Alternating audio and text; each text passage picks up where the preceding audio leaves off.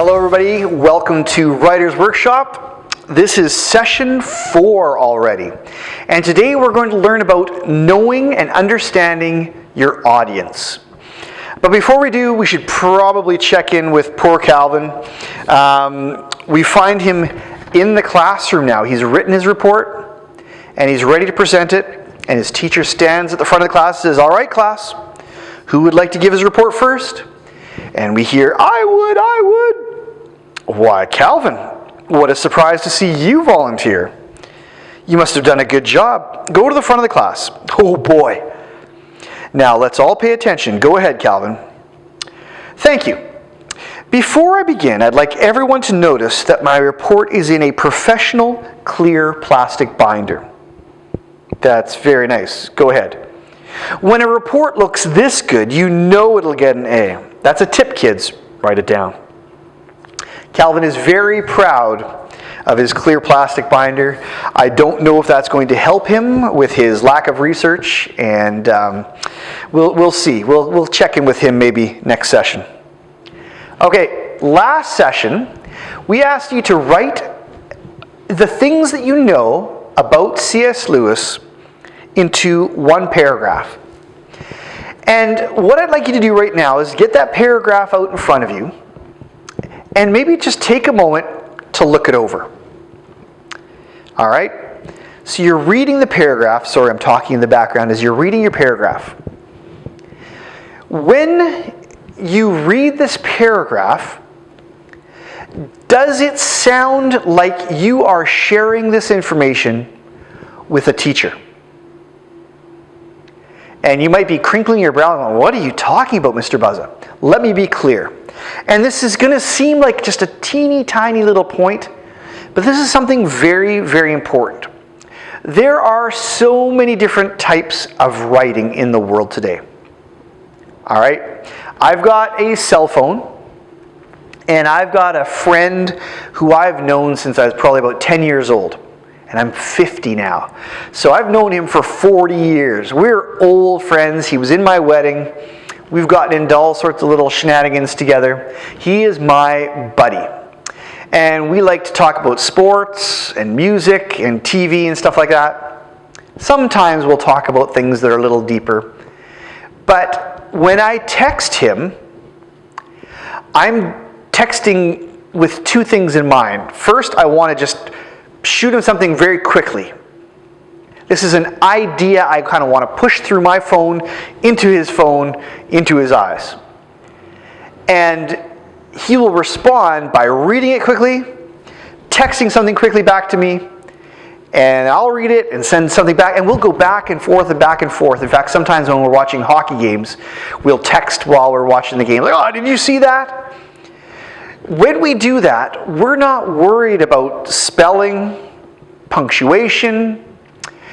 We don't care about paragraphs and things like that, and that's fine. He doesn't judge me, I don't judge him. It's just a text. But there are other times, I mentioned earlier that I'm a pastor, and sometimes I have to write a letter to somebody who's very important. And it's a letter talking about somebody else as a reference. So for example, I could say nice things about somebody I know so that this other person will give them a job.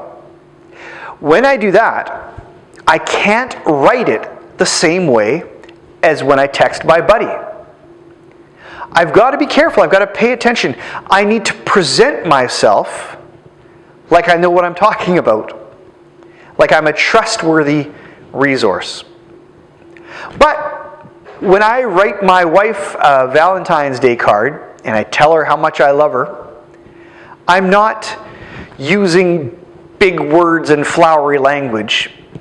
I am telling her, "I love you. I think you're great." It looks different than the text I send my buddy. It looks different from that letter that I might write to somebody very important.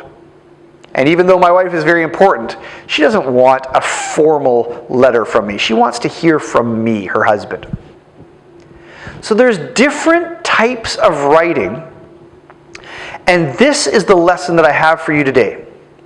when you write not just a research paper or a research essay, but any type of writing for marks, that means you are writing it for your teacher. And what this means, this is very important, is they are going to review your work formally. That means they're going to look at it and judge what you've written. That doesn't mean they're going to sit there and be really judgy, but they are going to evaluate how well you did what you were asked to do. Okay? And so when you write a research paper, or when you write even a poem, or when you write a letter to your teacher, even an email to your teacher, I would encourage you to consider the fact that the teacher's job is to look at it professionally. And so that means anything that you are writing for your teacher, this may sound really weird, but you should be careful of your capitals, of your punctuation, of your grammar, of your spelling. All of these things are important. And again, it's not the way you would talk to your friend where it's like, yeah, like I was at the park and there was this puppy there and he's really cute. Oh, and you should hear about this. You're organizing your thoughts and you're presenting it in a professional way. You need to know your audience. And the good news is, when you're writing like this, your audience is always going to be a teacher who has to professionally review your work.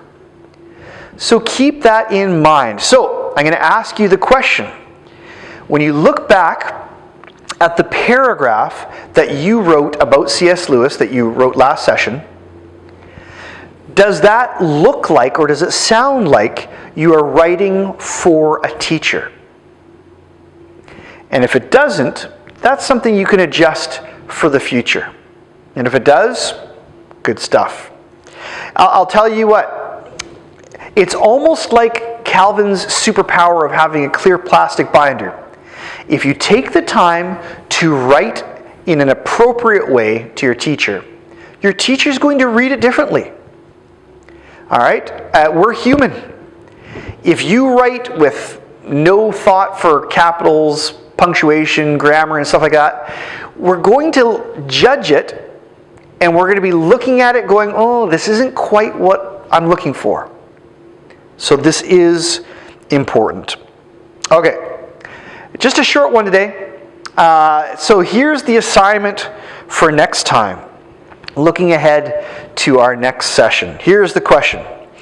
What are the things that we need to know about C.S. Lewis? And what I'm looking for here is kind of almost like categories. Maybe we need to know where he was born, or we need to know about his childhood. Maybe we need to know about the books he's written. Give me a little bit of a list of the things that we need to know about C.S. Lewis. And then we will work with that next week, okay? Until next week, have a good one.